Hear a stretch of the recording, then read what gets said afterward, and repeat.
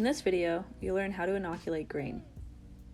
You'll need either a clean petri dish culture and/or a grown-out liquid culture jar and/or a liquid culture syringe, sterile grain jars, isopropyl alcohol, paper towels, a scalpel, needle tips, caps, and syringes, back to incinerator, and a Sharpie.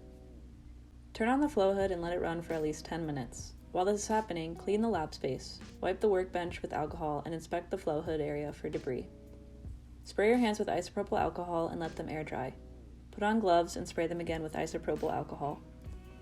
In front of the flow hood, remove the grain jars from the pressure cooker and place them on the table. Set the pressure cooker away from the workspace. This video will be in 3 parts. If you're using a liquid culture syringe, open the sterilized needle package, remove the no-drip tip from the syringe and attach the needle. Remove the cap from the syringe and inject 4 to 6 milliliters of LC into each jar, aiming for the outside edge. Replace the needle with a fresh, no-drip tip or use a new needle for additional jars. You can also remove the needle tip and replace the cap for future use. For using a liquid culture jar, spray the self-healing ports of the grain jars and LC jar with isopropyl alcohol. Unwrap the syringe halfway, attach the needle, and remove the cap.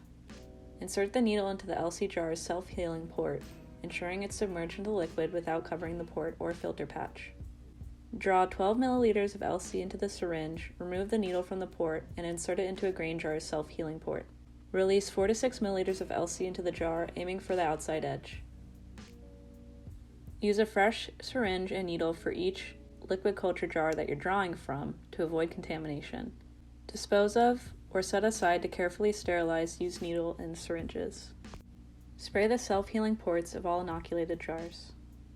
This is for if you're using a petri dish. Choose a petri dish that is not contaminated.